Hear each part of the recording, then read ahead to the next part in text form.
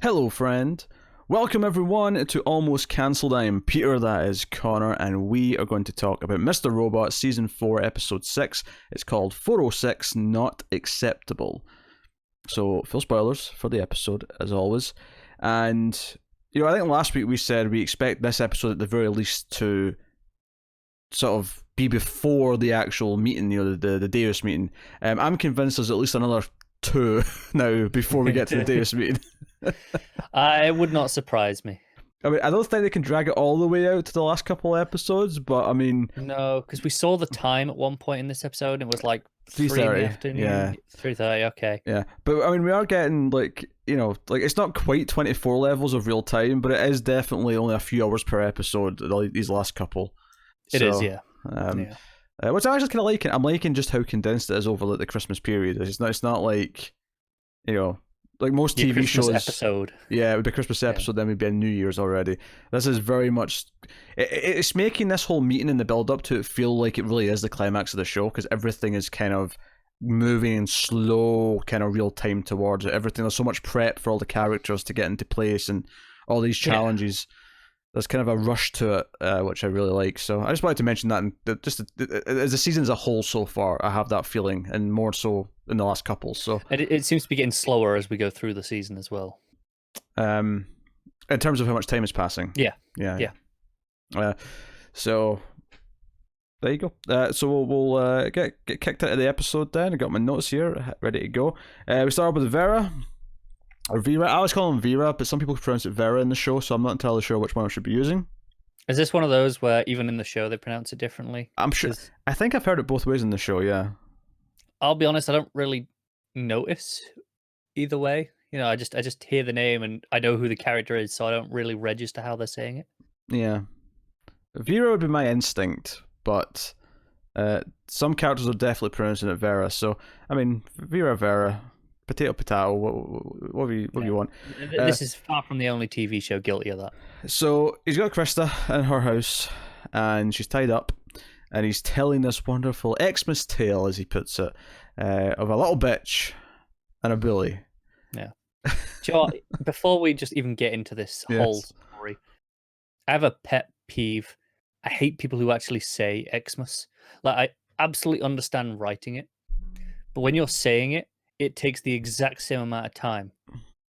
It's you're not saving on any syllables. It's just pointless, and it infuriates me.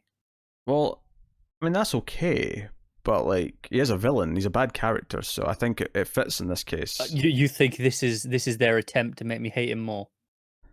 I'm just saying it goes along with it, right? There's a lot of things that villainous characters will say that good characters won't, and this is another example of. It's usually along the lines of killing people or something like that. Not Xmas versus Christmas. I'm just saying it adds to his douchebaggery persona. Yeah, I'll be honest. The little bitch story was probably enough to do that. Well, I'm not going to argue that. Of course, it's enough, but you could do both. It's an option. So. We have him telling the story about this Christmas morning. The little bitch gets the baseball bat for his Christmas, and he ends up whacking the bully with it across his face. And obviously, there's more to the story that comes later in the episode. And I think Krista, of course, later on reveals she's thinking what basically I was thinking during this story is that you were the little bitch. This was your origin story. I think even by the time he gets to the end of the story, he's like, well, and you're my bat. Yeah, so it really, in your head, connects him to being the little bitch who became the boss. Yeah, that's assuming you weren't thinking that already, which you probably were, because that's usually how these stories go. He actively does that work for you. Yes. So the other thing I'll tell you what to notice about this scene is just how nice the lighting was coming through the windows. Oh, it was gorgeous, wasn't it? It was the first thing you notice. It's this kind of late morning light coming through.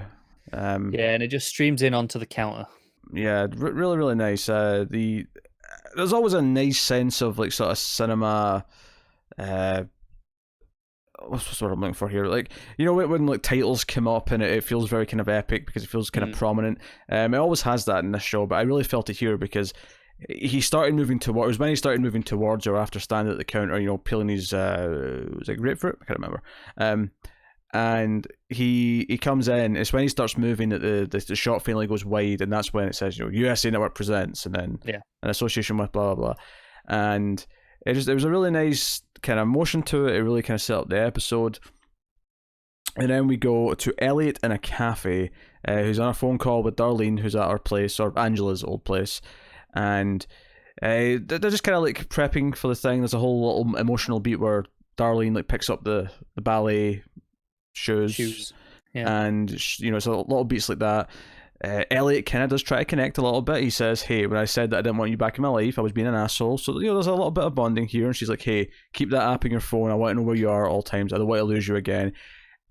It's actually, given the standard we've had this season, it's a really nice, pleasant conversation between them, which makes sense given how we ended the last episode with them.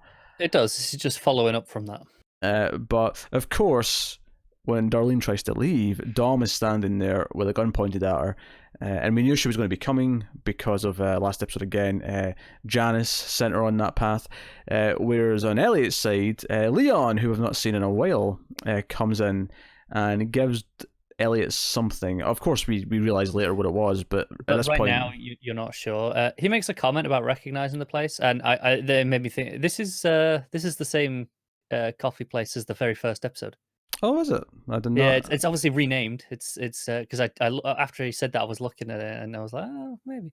So this is obviously under new ownership, but yeah, it's the same place. Oh, that's nice. That's nice. So I think he had a really nice line here actually, where he said, be strange, Elliot, but don't be a stranger. I actually kind of like that line as he's saying goodbye. But I think the important thing here is he says, hey, I'm freelance completely now. Oh, yes. So I'm not working for the Dark Army necessarily. If they pay me, I'll do the job. No, but I'm available to you if you need me as well. Which might become relevant later in the season. Yeah. Chekhov's Leon, one might call. Chekhov's Leon. I'll be okay if I see him, doing something cool again. And when Elliot goes to the queue, to buy some coffee, that's when Mr. Robot is. He's kind of already standing. It's almost as if Mr. Robot was saving his place in queue. There's no one behind him, but it's almost like he was saving his place in queue, just visually, which is a nice touch. And again, this is kind of that reappearance because I don't think he was in the last episode at all. And I don't recall him there. No, I don't think so. I think it was very intentional that it wasn't. Yeah, because obviously, Elliot wasn't speaking, so there was no dialogue to Mr. Robot either.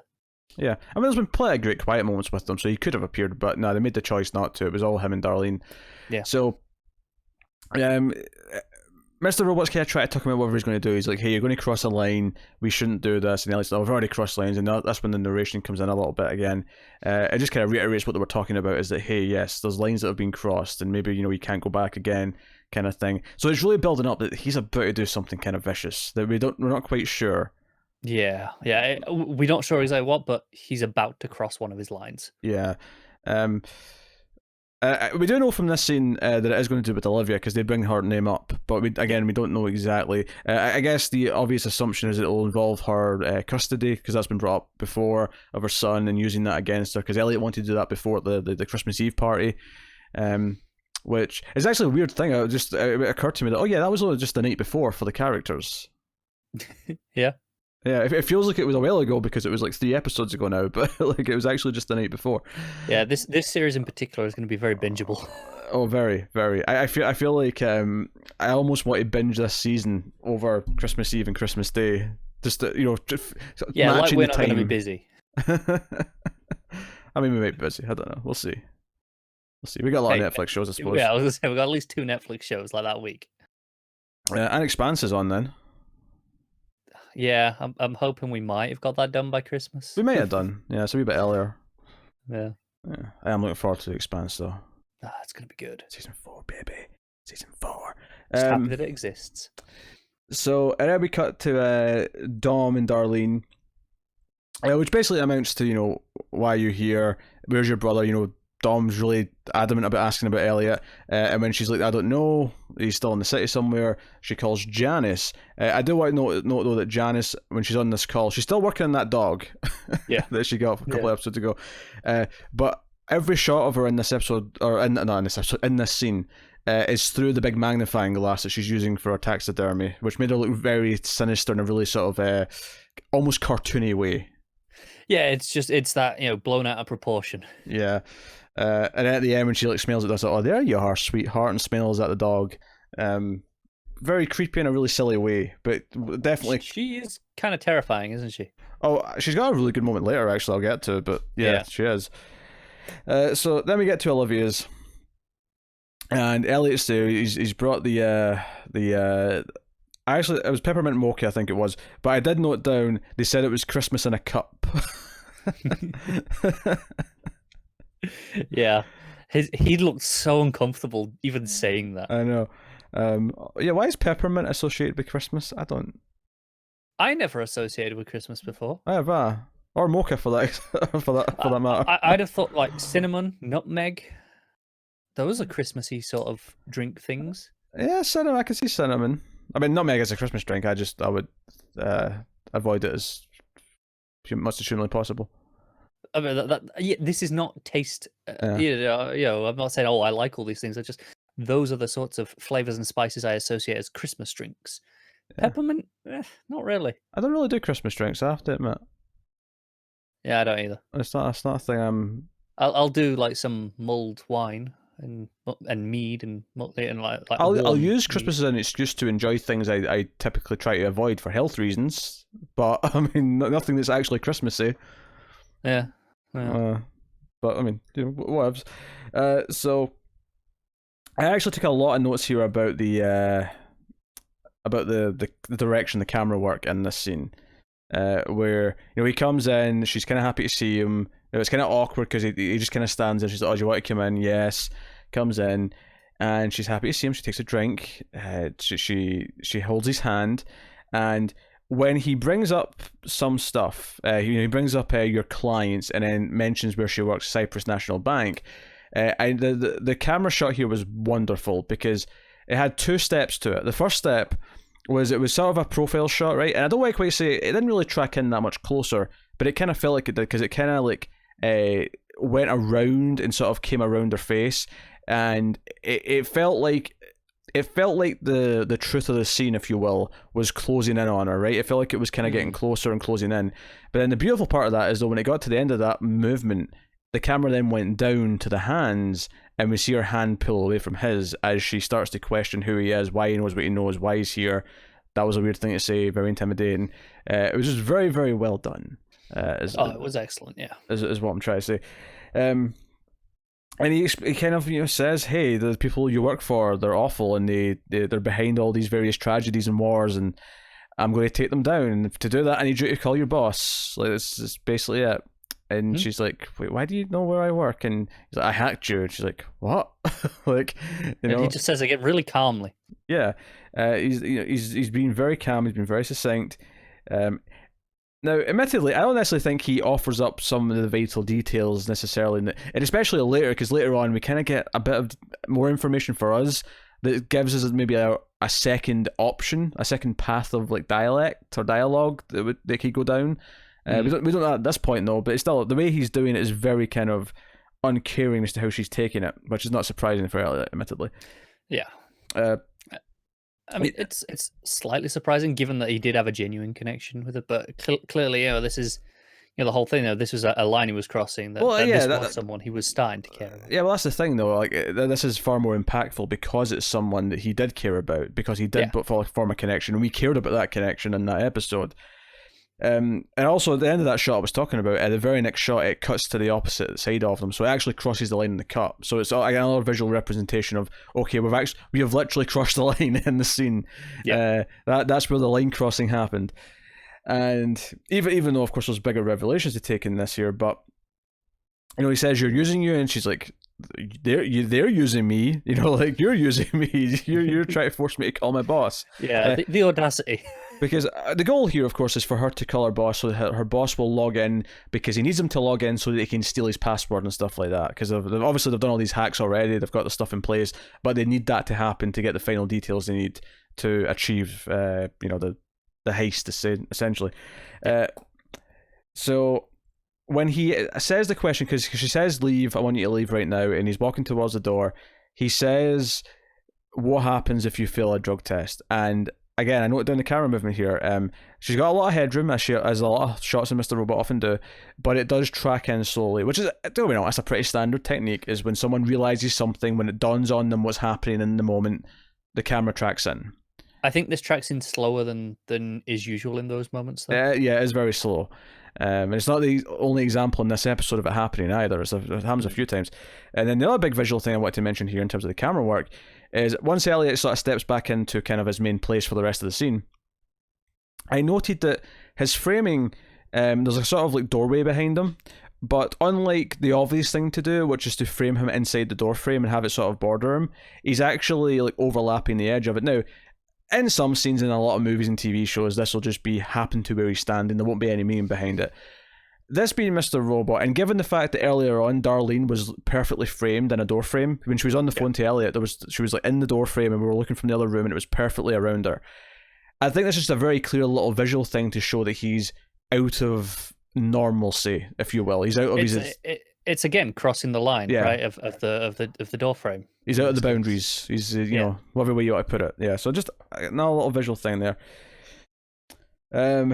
So she says, "What are you talking about? I've been clean for 8 years." And this was the final thing I noted in terms of the camera work, because this shot was beautiful. Is he says, "No, you're not," and there's a slow pan down to the. And I know that you can't pan down the way, but it's also panning while it goes down. That's what I mean. No one correct me in the comments. It pans to the coffee cup, and then it keeps it pauses there for a minute, and then pans again up to her, and she realizes, and it's like, "You drugged me," and it's like it's this perfect moment of us getting what he means, and then the visuals clearly showing it, and then at the end of the realization, we see her reaction to it, her horror, and it was actually at this moment I got very worried. It was something that obviously would come into play later, but they made a big deal in her big episode a couple ago about what her addiction meant to her and what her getting over and the thought of going back to her addiction, thought of relapsing, what that meant for her and how she combated that. So the idea that he's circumvented it and has put her back on this against her will, which is an especially shitty thing to do, because this is the thing. She says in this scene, because he says like, "Oh, you'll get over it," like, because she's like, "You drugged an addict." He's like, "Oh, you'll be fine. You'll get through it." And she's like, "Look, you may be able to slip up once in a while, and it's no big deal. You'll go back to being fine. But like, it ruins me. Like, I my life just crumbles whenever I'm on this stuff." And I think it was just this arrogance from Elliot that, like, this will be fine, and like just how uncaring this truly is that he's done this to her. I don't think it's okay.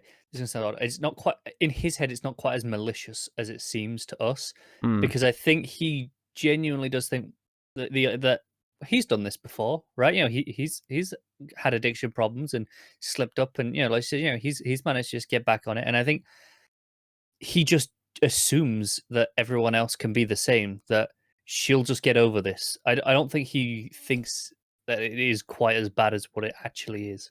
I think the other element here to this as well is that, she had all these problems and she was, from the sounds of it, in a very bad state for a period of her life.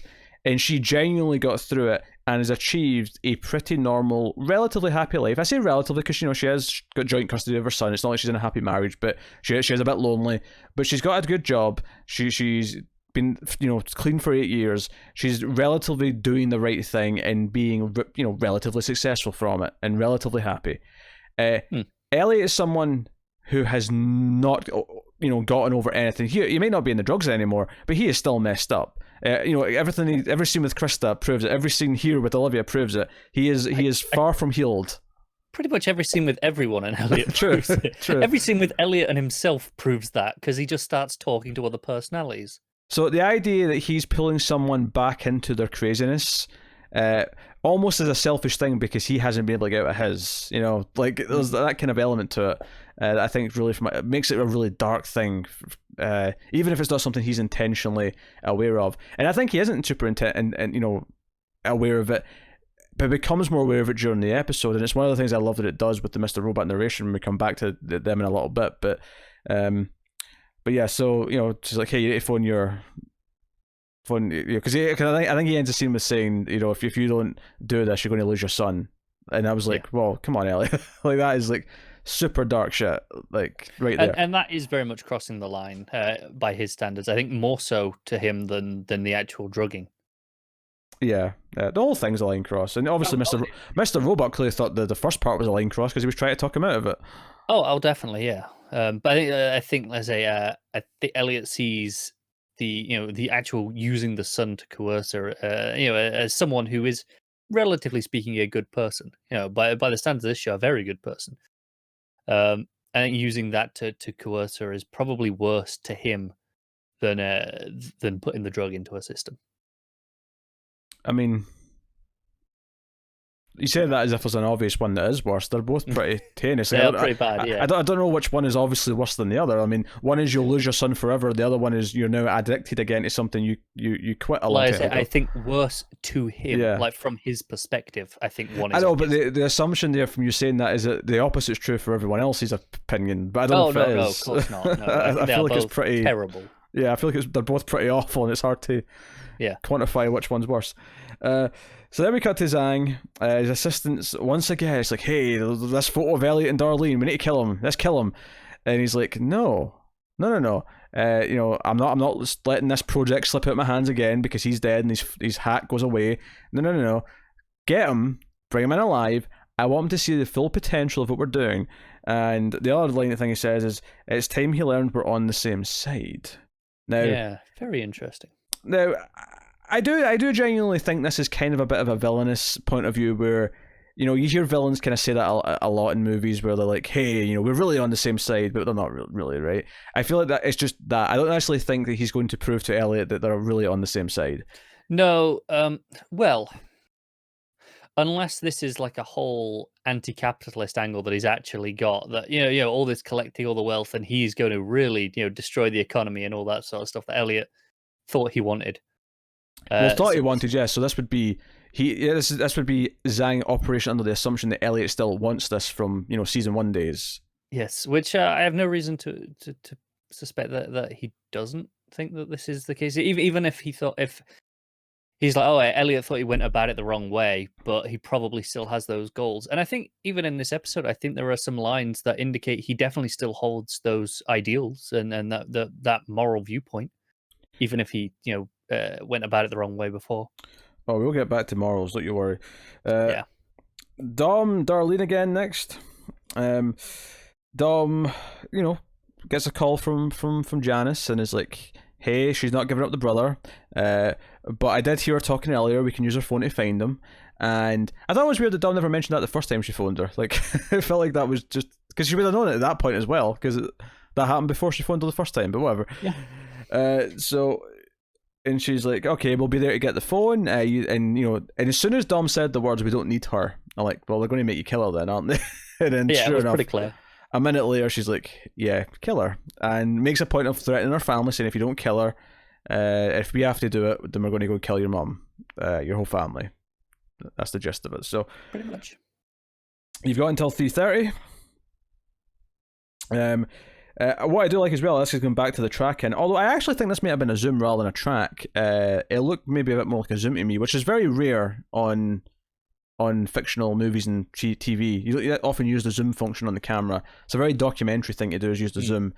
But you get a slow zoom. I think it was a zoom. I mean, maybe it wasn't. Maybe it was just so good and smooth that it looked like a zoom.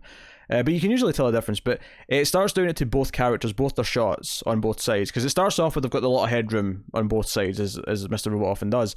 But when it actually goes in closer to both of them, as soon as she tells her to kill her, it starts going in close on both of them whenever it cuts between them, until it's a close up, an extreme close up of both, and there's no headroom anymore. But again, it's just that realization for both of them, what's happening in this scene happening. It's just hitting. The truth is closing in on them. It's closing in. Yeah, it's always closing in. Very uncomfortable way, might I add. So she actually grabs her, takes her to the bathroom. Darlene's begging for her life, saying that she's a good person. This is not her. You don't have to do this. And Dom, everyone's very, tension's rising. It's rising. Music's ticking up. Ultimately, though, she doesn't go through with it. Just hits her on the head, knocks her out, and sits down. But was it this time where Darlene says, as she's begging, so what if it was your family? Yeah, and she's like, well, it is my family. It is, yeah, it is. And then I think that's when Di has that kind of moment of realization where she's like, shit, I can't really talk about it from that angle. And that's when she starts. And again, this is all Darlene's fault. Oh, it is, yeah, absolutely, and she acknowledges that here. But it's at that point Darlene switches to you're a good person, you're better than this, and tries that angle instead. Yep, and then we go back to Olivia with Elliot, and she makes a point. This is where she has the line, "You've drugged an addict. My life is over." Again, life is over. Pretty telling line of dialogue, given what's about to happen.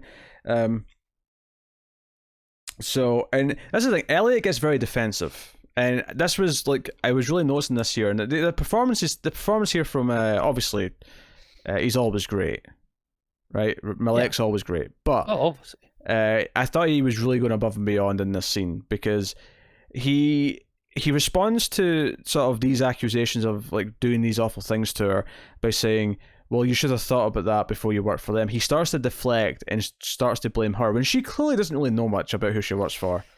Yeah, he kind of goes at that angle, though. She's like, well, I didn't know. He's like, yeah, you kind of did. It's an offshore bank and, you're being paid this much. You must have had an idea. Yeah, but it's not like shady businessmen are coming into our office and like the this is just people on accounts phoning in numbers and like from her perspective, she's got a boring desk job. That's her job basically. She's on the phone a lot. Like pretty much. From her perspective, it's just a really dull job with lots of rich people who are putting money in their bank accounts and whatnot. Some offshore, sure, but like ultimately, like as far as like people with morals go, like sort of basically compromising their values, I feel like her cog in the wheel, or her cog in the machine is so minor to the overall system that I don't think she has any accountability for anything that's bad that's happening from anyone. I get that. I think Elliot's argument here is, yes, but you are a cog, no matter how small. If you remove that cog, it stops turning, right? Well, not really. They'll just hire someone else. It's a societal problem, is his point. Yes. Not just her specifically. Well, it's not. I mean, you're saying that's his point, but saying societal though it goes against his point here, because his point here is that you should have known better, and you're working for these people. But it's like I don't blame her. Like nothing he says here makes me think she's bad for what she's done or taking this job. No, I agree. I think again, when I say he's his point is it's societal. You can say, oh, they'll just hire someone else, and he'd be using the exact same argument against that person and every other person. You can go through every person in the world, and he'll say the same argument to them until, okay, if everyone had his mindset, then it wouldn't be this problem. That's a bit unrealistic. It very well maybe. Yeah. So I mean, the point is that he is just deflecting, and he's throwing accusations around, and he's not like. He's deflecting because he knows he's crossed the line. That's kind of a big thing that comes in here in a second. She says to him, like, how many people have had to suffer in your pursuit of this goal of taking these people down? How many people have you hurt and justified and sort of, whatever. And she basically says she has to go to the bathroom. And as soon as she says that... I know. Because as soon as she said that, I'm like, she's got a razor blade in there. We saw it. We saw the razor blade in the pills. Like, yeah. Just as soon as she said that, your heart sinks, and you're like, "Oh no!" And then, Mr. Robot comes in and starts talking about the sense of dread, and you're like, "Yeah, okay, I get it." Yeah, because when it talks about sense of dread, although more importantly though here, going back to the idea of Elliot knowing he's crossed the line, he talks about how Elliot like it's almost a good thing that he feels that sense of dread because when you've crossed the line, whether you realize you were doing it or didn't, when you've crossed the line because you feel awful afterwards and you feel that dread. But the good thing about that is that it at least means you still have the line. You still had that line. Like the worrying part is when you start going past that line and you don't care anymore. Yeah, you've still got a conscience at this point. So as much as it's a really sort of a dark story for Elliot, and we're really kind of like, in a way, disappointed that he's crossing this path, he's going to this dark place, there is still kind of the hope that he can kind of come back from it. Of course, the dark ending the dark end to this scene, of course, though, is that he hears a thump, runs into the bathroom, and she's lying there with her wrist slit. And this is the consequences for what he's done. This is like, as much as we got how vicious it was, what he did, drugging her, and the way he used her life against her, this is kind of his wake-up call. Seen her actually have done this, where it's like, hey, this is what it meant to her. This is what you did to her. Yeah, and he doesn't hesitate. He's grabbing towels immediately off the rack and he's trying to stop it. And that said, he does say sorry in the later scene, but he also doesn't necessarily feel that remorseful in the sense that he still very much, you still have to phone your boss and get this done. You still have to do it. And she even calls him out on that apology. She's like, "You're not really." Yeah. Because I think, sorry, the remorse, there has to be an admission of, well, I wouldn't do it again for it to, otherwise it just, feels hollow. But the fact is, as much as he's apologized, as much as, this, what it led her to do was terrible, and he knows that, I think he'd still make the same decision again if he knew that was how it was going to happen. Yeah. Not a little bit I really liked before she goes to the bathroom, and she turns around and says, when we had sex, was that like part of the plan, or was that a happy accident? And Elliot just says accident, and she kind of almost smiles and says, that's sweet. And that's when I really knew she was about to go try and kill herself, because it felt like this, I don't know, latching on to one little bit of happiness or whatever before she goes. It really, really sad. So, and Elliot also says she's in denial. Again, he's deflecting. He's saying, no, this is all on her, because she's in denial about who she works for. This is all on her. And this is where he has that line about, I said earlier how Zhang maybe thinks they're on the same side because Elliot still clearly holds those ideals. She kind of gets to the point where she didn't really have a choice about taking the job because she needed a job, and he's like, well, that's the that's the problem. They've created this situation where you don't have a choice. You have to get have the job and the income. And the irony here, though, is that he's not giving her a choice either.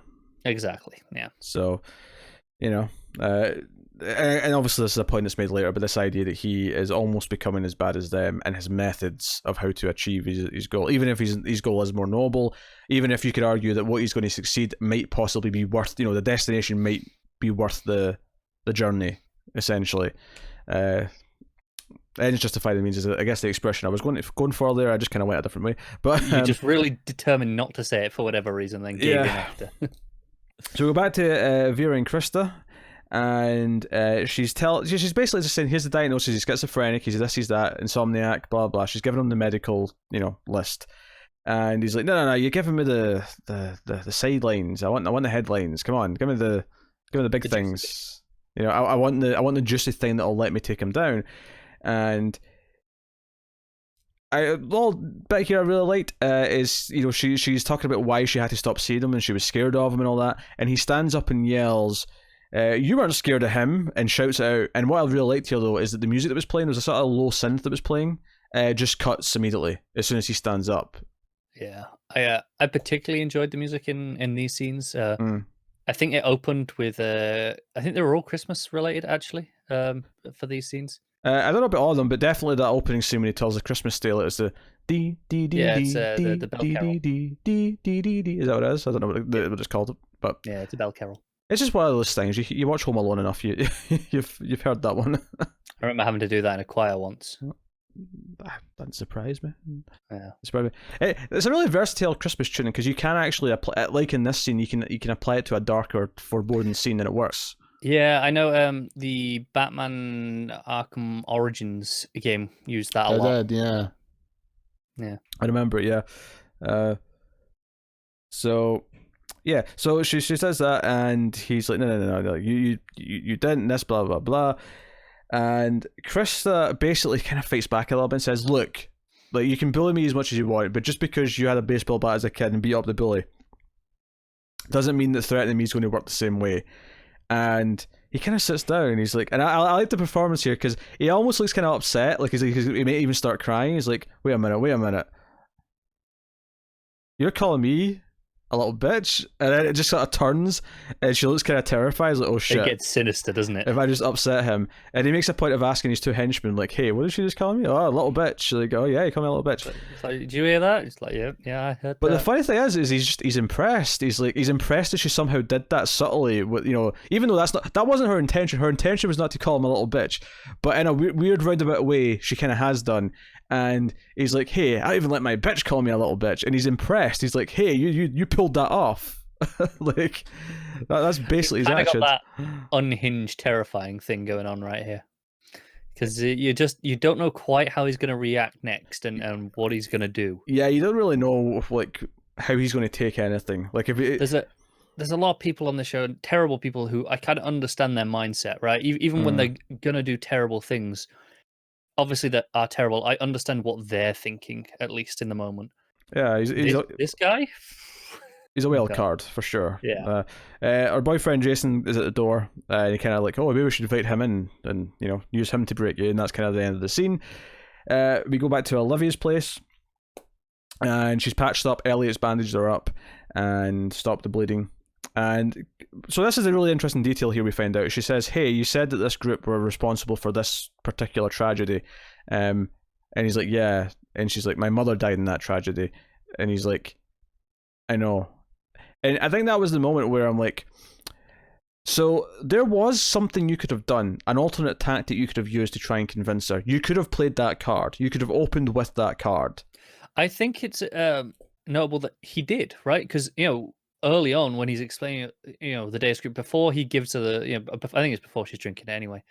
Obviously, he gives her it. It's not before she's drank, because she takes a sip before she even comes in the apartment. Oh, does it? Okay.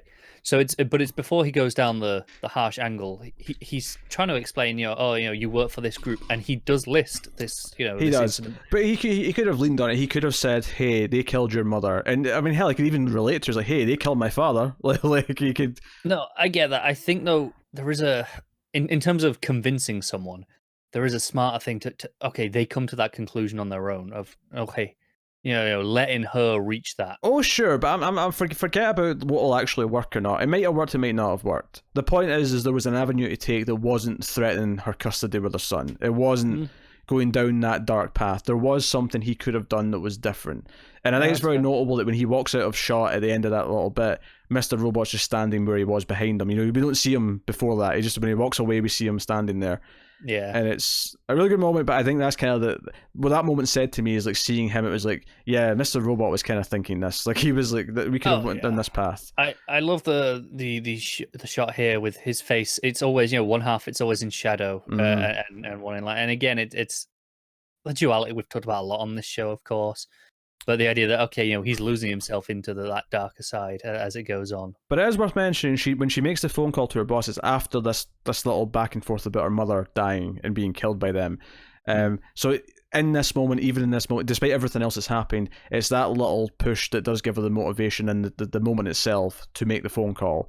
Yeah. And afterwards, Elliot says, I'll make sure there's no trace to your involvement in this. I'll make sure you're your boss. Nothing will come back to you guys or be aware that it was you that led to this.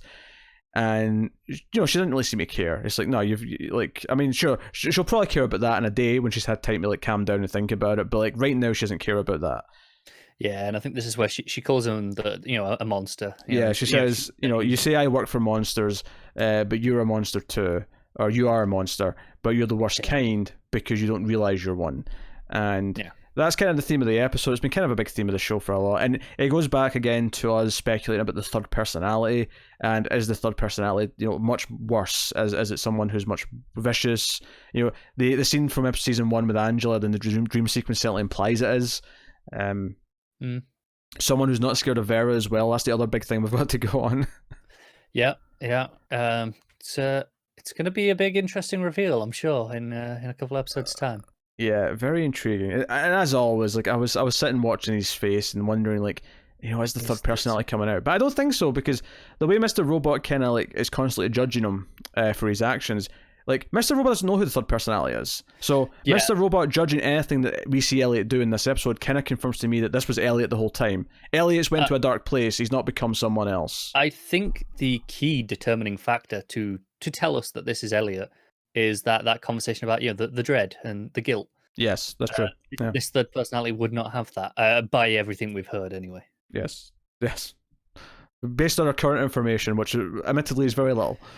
Yeah, but I do think that is Mr. Robot's angle as well here. I think that's kind of what he's getting at here, is he's kind of maybe trying to figure out if this is Elliot or... Yeah, he knows it's still Elliot. He knows it's still Elliot because he's still got a conscience, yeah. Yeah. Yeah, no, so we go back to Vera and Krista. And Vera tells the end of the story. He's like, no, that wasn't the end of the story. I mean, because he says, Krista, you're the bat, but that's not the end of the story. It's the little bitch, as we're going to call the kid, showed up in the hospital where the bully is, and the bully was worried that he was there to finish him off, but he just says, I see you now. And he's there for him, and no one else would come to him. No one came to visit him, but he did. The little bitch did.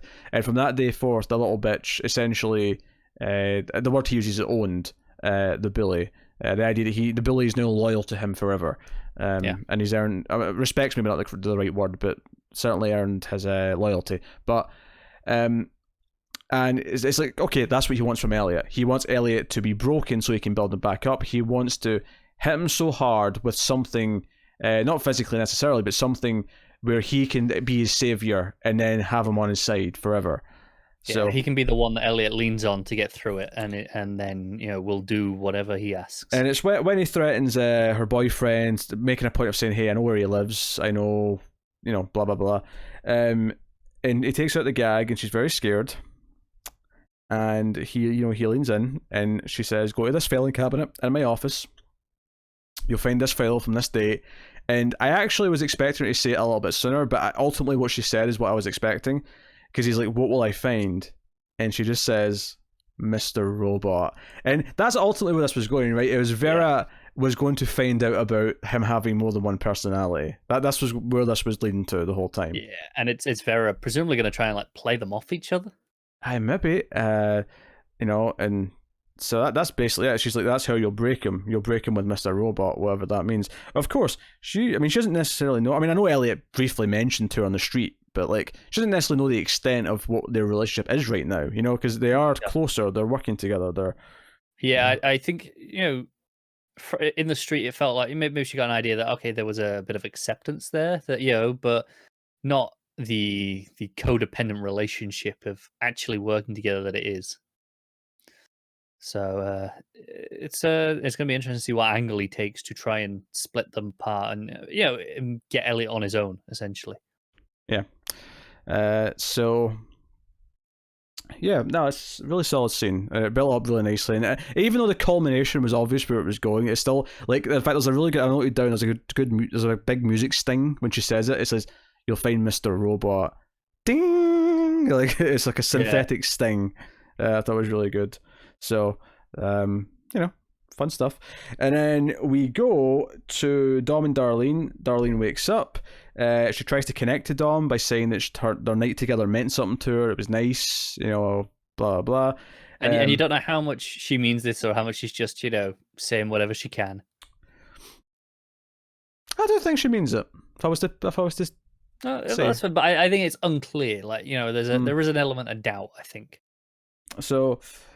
yeah, Dom essentially has a plan where she's like, okay, if they show up and you're not dead and I'm still here, they're going to kill my family, so kill me. And Dom is willing to sacrifice herself. It's because it's worth mentioning, when she was trying to convince her before, Darlene, she does say to her at one point, we have a plan to take down the Dark Army, it's happening tonight, you can help us, kind of thing.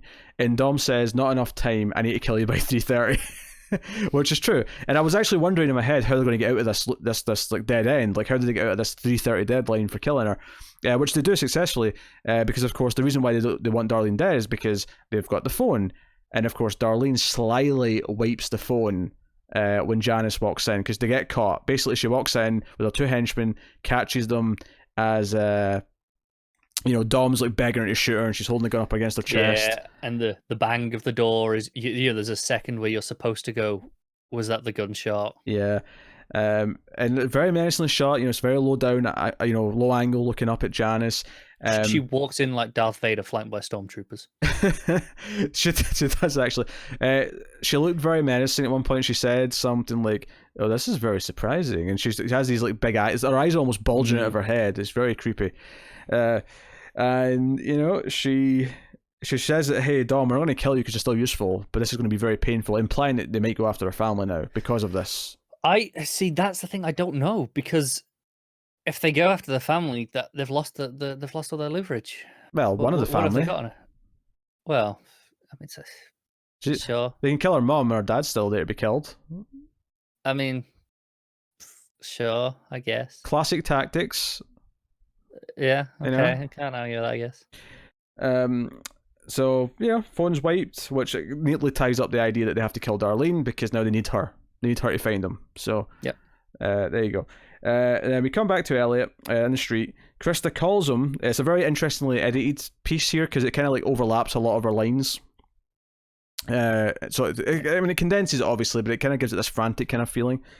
And he's like, "Hey, I'm glad you called, but I'm kind of busy. Can I call you tomorrow?" And she's like, "Vera came to see me. He's very interesting. I tried not to tell him stuff, but he was kind of persuasive." And obviously, I'm thinking during this conversation, like, is she been made to make this phone call? Is she forced to do this? I can see this going either way. Yeah. Well, given the fact that the episode ends with Elliot getting grabbed, it makes me think that maybe it was that. Like, they wanted him they wanted to know where he was walking to so they could intercept him.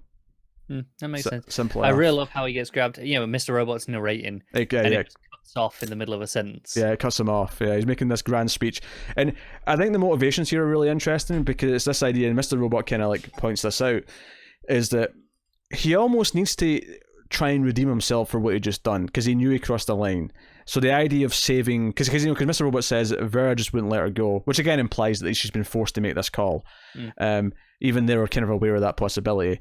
And he's like, "I know," but basically, the implication being we have to do something, we have to save her. So the idea that he has to do this heroic act to redeem himself, to atone for the other step that he's taken, and not to mention the fact that he does care about Krista, that's someone he does care about. So I think though, if this had been a day earlier, he might have just gone, well, she's not important to the plan, and that's more important right now, so we'll leave her.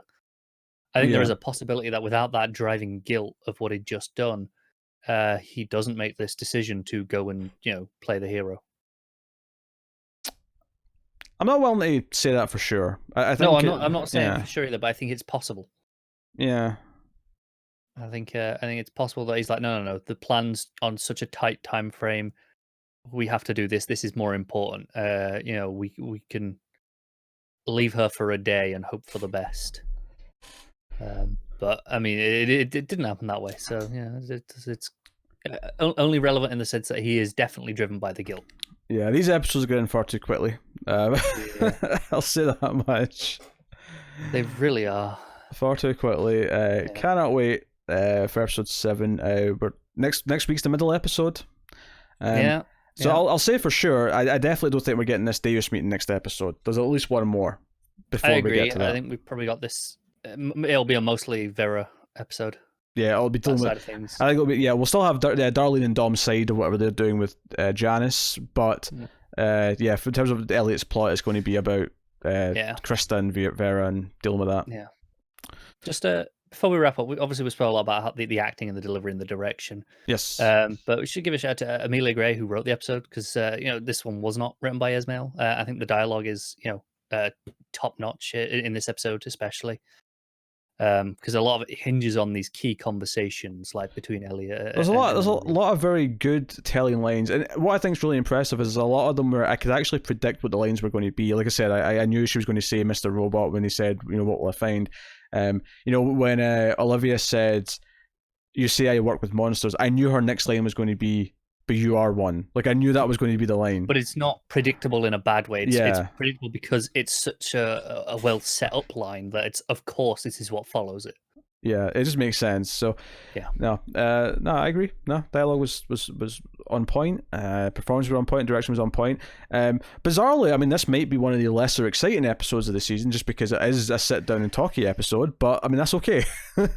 Yeah, I think it's an important episode for Elliot in terms of the character moment of what he did. But it's definitely one of the least flashy and exciting episodes on the surface.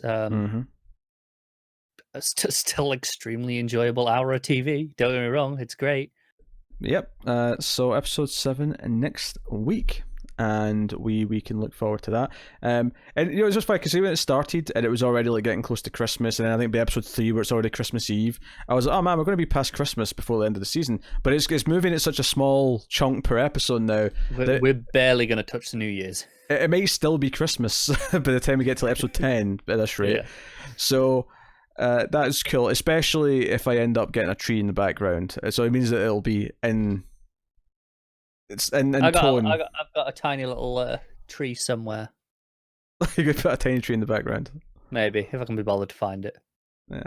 Even just some Christmas lights around the bookshelves, maybe it would be festive enough. Do you know what? We have that out in the front room because we have some shelves out there as well. So we have like some Christmas lights around there that kind of just leave them up, taped, because you can't, you don't really see them that when they're off, but we only turn them on at Christmas time.